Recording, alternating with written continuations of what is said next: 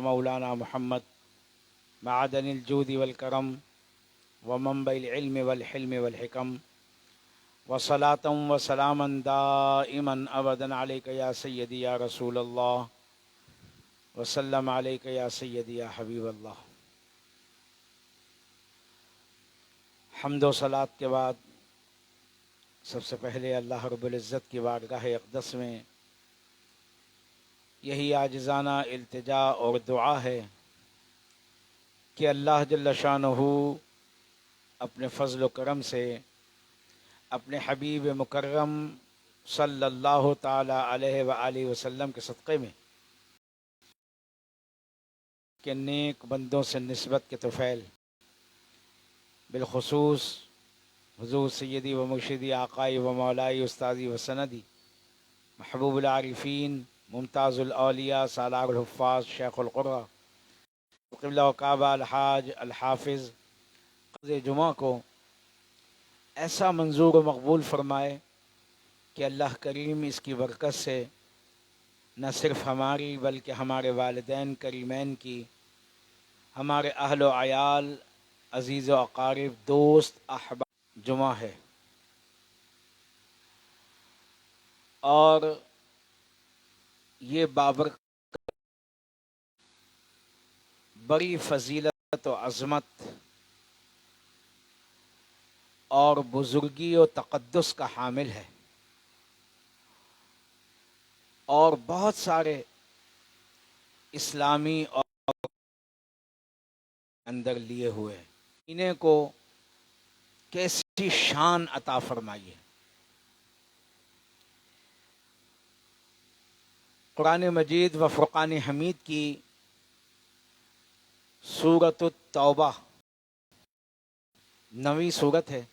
اور شہر مہینے کو کہتے ہیں۔ فی کتاب اللہ، اللہ کی کتاب میں، ان عدت الشہور عند اللہ 12 شہرا فی کتاب اللہ۔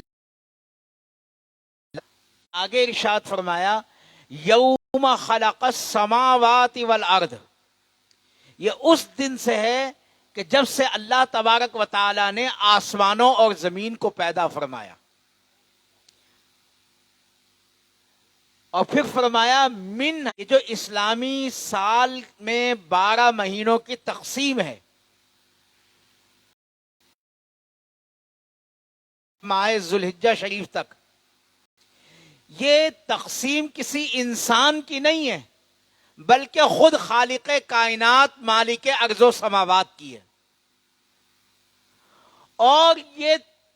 تقسیم، اس کی تشریح، اس کی وضاحت نبی مکرم صلی اللہ تعالی علیہ وآلہ وسلم کی احادیث سے ملتی ہے۔ وہ 4 مہینے ہیں، ذوالقعدہ شریف یعنی یہ ماہ ذیقعد، جس کو ماہ ذی الحج اور ماہ محرم، اور پھر اس کے بعد ایک ماہ رجب المرجب شریف ہے جو حرمت والے مہینوں میں شامل ہے۔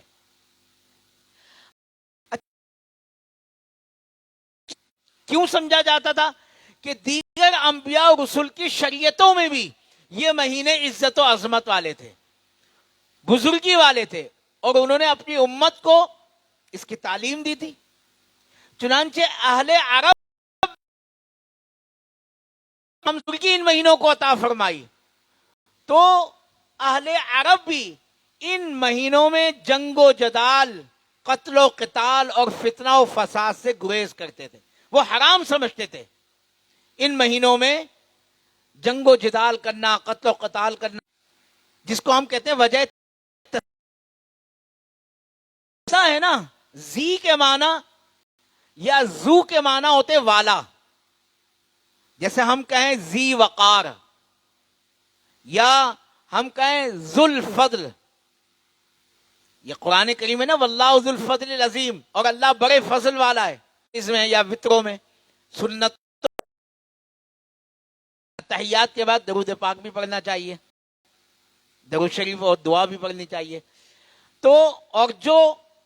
آخری رکعت کا قاعدہ ہوتا ہے، اس کو ہم کہتے ہیں قاعدہ آخیرہ، جو ارکان نماز میں سے فرائض نماز نہیں ہوتی، اس لیے اس مہینے کو ذی قعدہ کہا گیا، ذو قعدہ کہا گیا۔ تو اب یہ جو 4 حرمت والے مہینے ہیں، ان میں سے یہ پہلا مہینہ ہے ذی قعدہ شریف، جو ذی قعدہ ذی الحجہ، اور ذی قعدہ کی حرمت کی وجوہات میں سے ایک وجہ اس کا حج کا مہینہ ہونا ہے۔ یعنی ایک تو یہ ہو گئی کہ اللہ نے اس فیہن انفسکم، پس تم ان مہینوں میں اپنی جانوں پر ظلم مت کرو۔ اللہ کریم نے فرمایا ظلم کیا ہے؟ ظلم ہے اللہ کی نافرمانی کرنا، اللہ کے رسول صلی اللہ علیہ وسلم کی نافرمانی کرنا کی وجہ سے ان مقام پر گناہ کا ارتکاب کرنا زیادہ سخت ہوتا ہے، جس طرح سے وہ ان مقامات مقدسہ پر نیکی کا انجام دینا زیادہ اجر و ثواب کا باعث ہوتا ہے، اسی طرح کسی برائی کا، کسی گناہ کا، یہی وجہ ہے کہ علماء اکرام نے لکھا ہے، اولیاء کاملین رحمہم اللہ علیہم اجمعین نے یہ بتایا ہے کہ جو شخص ان مہینوں میں یہ ذی قعدہ، ذی الحجہ، محرم اور ماہ رجب حرمت سے بقیہ مہینوں میں بھی عبادت و بندگی کی، نیک اعمال کی انجام دہی کی توفیق عطا فرما دے گا۔ اب یعنی 2 بڑی وجوہات اس مہینے کی حرمت کی، بلکہ یہاں تک ملتا ہے کہ حضرت آدم علیہ السلام نے جب پہلے اس کی تعمیر کیا، پھر حضرت نوح علیہ السلام کی قوم پر جو طوفان آیا اس میں وہ ناپید ہو گیا، پھر اس کے بعد دوبارہ جب اس کی تعمیر ہوئی، حضرت سیدنا ابراہیم خلیل اللہ علیہ السلام نے اپنے گھر کی عبادت و بندگی کا حکم دیا، دوسری شریعتوں میں بھی تھا۔ تو زمانے جاہلیت میں بھی ان مہینوں میں چونکہ لوگ حج کے لیے آتے تھے، یعنی بیت اللہ کے طواف کے لیے آتے تھے، عمرے کے لیے آتے تھے، یعنی ہم اپنی زبان میں عمرہ کہہ رہے ہیں، طواف کہہ رہے ہیں، بھی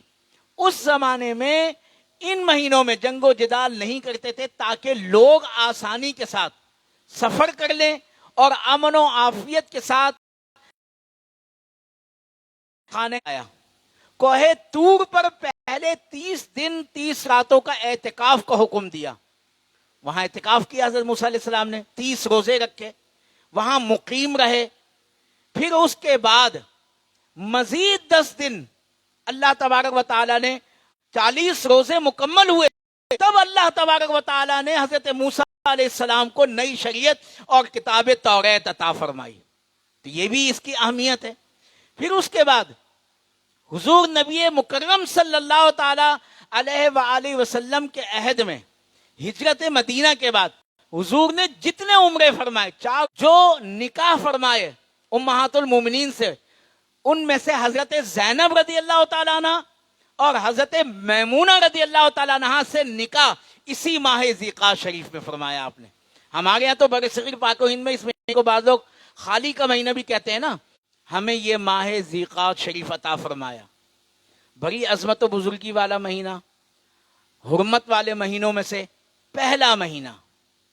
اور حج کے مہینوں میں درمیان کا مہینہ۔ شوال پہلا مہینہ حج کے مہینوں میں، پھر ذی قعدہ، پھر ذی الحجہ۔ جو یوم وصال ہے وہ 17 ذی قعدہ ہے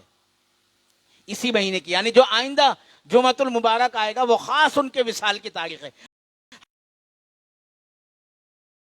جن کی شفقتوں اور محبتوں اور دعاؤں کے طفیل آج یہاں بیٹھے ہوئے ہیں، ان کا سالانہ اس سے مبارک ہوتا ہے 17 ذی قعدہ کو۔ اور پھر ہمارے جو جد المرشد ہیں حلقہ رحمانی کے معروف بزرگ حضرت خواجہ محبوب رحمانی صوفی شاہ محمد فاروق رحمانی رحمت اللہ تعالیٰ کا حامل ہے اور بڑی بزرگی رکھتا ہے۔ انشاءاللہ الرحمن آئندہ جو جمعۃ المبارک ہوگا، خاص ہمارے سیدی مرشدی علیہ رحمہ کا یوم وصال ہوگا، وہاں پر آپ کے عرص مبارک کی تقریب کا انعقاد بھی ہوگا، آپ سب کو بھی اس میں شرکت کی دعوت ہے۔ 17 ذی قعدہ جمعے کے دن عصر سے وہ تقریبات شروع ہو جائیں گی اور تقریباً 12 بجے شب تک جاری رہیں گی۔ تو اس میں آپ بمع احباب شرکت کی سعادت حاصل کیجئے۔ یہاں پر بھی آپ سب جانتے ہیں ہر پیر کو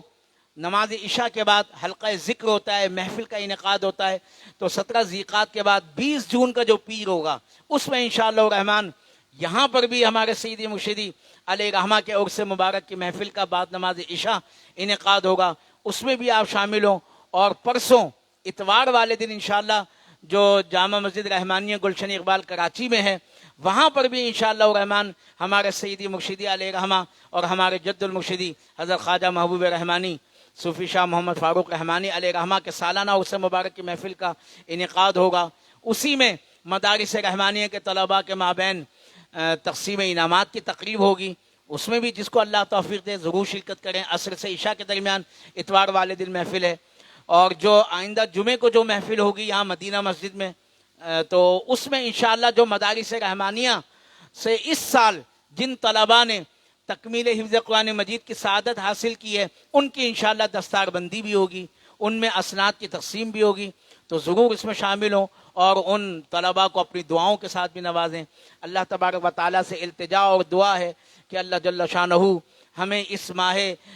ذوالقعدہ شریف کی رحمتوں اور برکتوں سے بھی مالا مال فرمائے، اور ہمیں حضور سیدی مرشدی علیہ رحمہ، حضور جد المرشد خواجہ محبوب رحمانی علیہ رحمہ کے فیوزات و برکات سے، ان کی توجہات باطنی سے بھی ہم سب کو مالا مال فرمائے۔ آمین ثم آمین۔ وما توفیق الا باللہ وما علینا الا البلاغ المبین۔ والسلام علیکم ورحمۃ اللہ وبرکاتہ۔